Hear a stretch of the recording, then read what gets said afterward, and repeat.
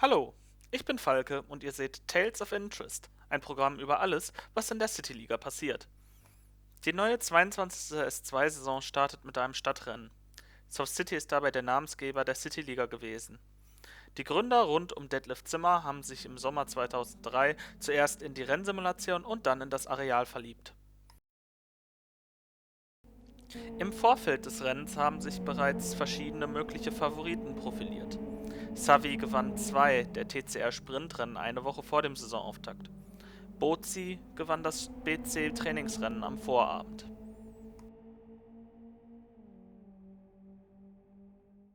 Das Renntagsformat bot eine 15-minütige Qualifikation, gefolgt von einem 44-Runden-Rennen auf dem Town Course Reversed.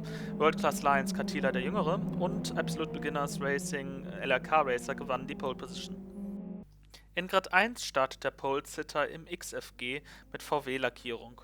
Vor den am stark stärkeren XRG von Kobini mit Mitsubishi-Lackierung und Troy im Flippers Fanmobil.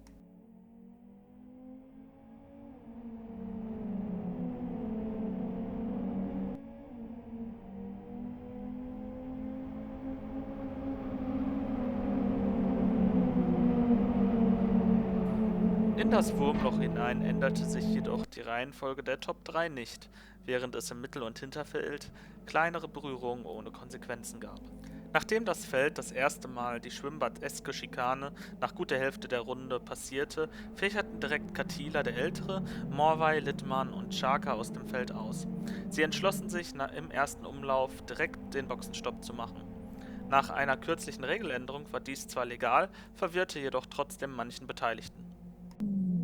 Im zweiten Grid standen vor allem XFG auf der Startaufstellung. Der Start verlief jedoch nicht ganz so glatt wie im ersten Grid.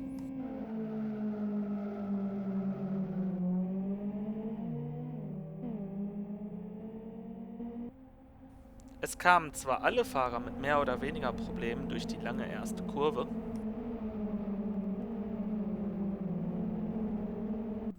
und auch im engen Wurmloch ging noch alles glatt. Danach sorgte jedoch ein Missverständnis zwischen zwei Fahrern für eine Massenkarambolage.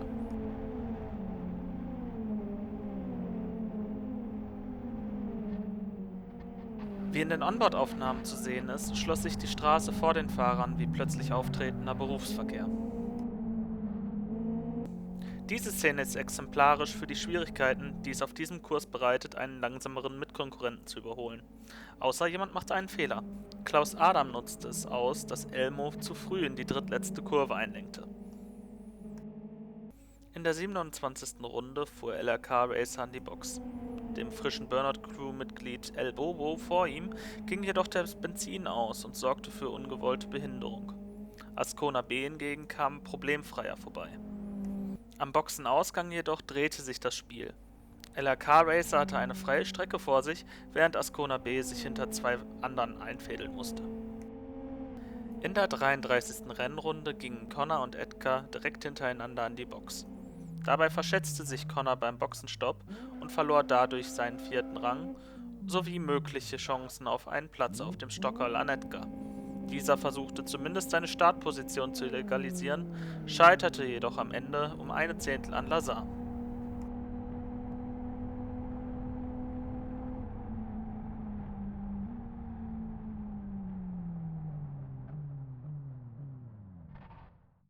Nicht zum ersten Mal in der Tales of Interest-Reihe wird dem Teamwork von BC eine extra Collage gewidmet. In beiden Grids verschenken sie durch interne Rangeleien Plätze. Die dahinterfolgenden Fahrer wird es zumindest hinterher gefreut haben, auch wenn sie in den Momenten, als es geschah, wohl eher versucht haben, nicht mitzuverunfallen.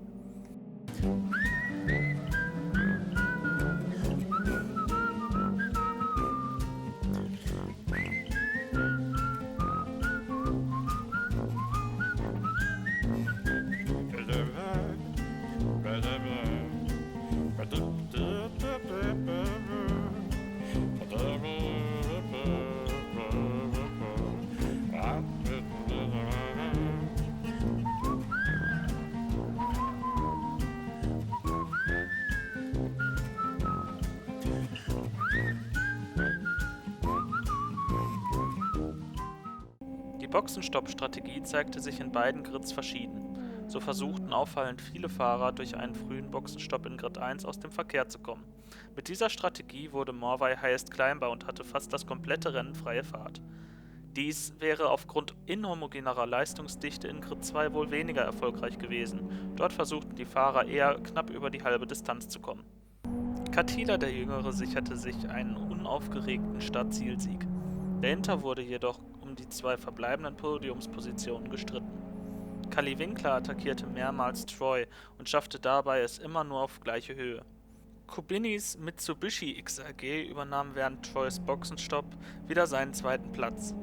Aus der Box kommend schlägt das Flippers Fanmobil den Cityliga-Rekordmeister nur knapp, aber endgültig. Der heutige Fairness Award geht an Papax. Dieser schubst kurz vor Ende Gutholz weg, lässt ihn dann aber wieder vorbei.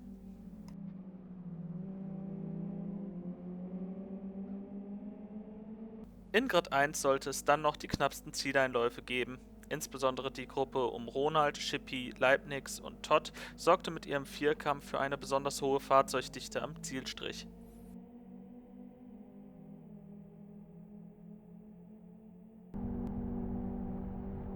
Aus der Unterführung kam es aber zuerst zwischen Kapal und Matti zu einem Beschleunigungsduell um Position 13, das Kapal um 700stel entschied, bevor die zuvor genannten 4 Fahrzeuge zum letzten Mal die Unterquerung passierten.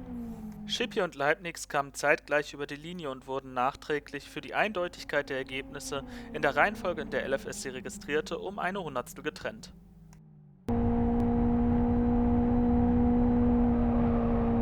Wie bereits erwähnt, gewann Attila das Rennen. 7 Sekunden vor Kubini, Troy weitere 3 Sekunden dahinter. Der amtierende Meister Mikiewicz wurde 11. In Grid 2 gewann LRK Racer vor Ascona B und Lazar. Der für seine Spaßrennen bekannte Ronnie wurde bei seinem ersten regulären Cityliga-Rennen 10.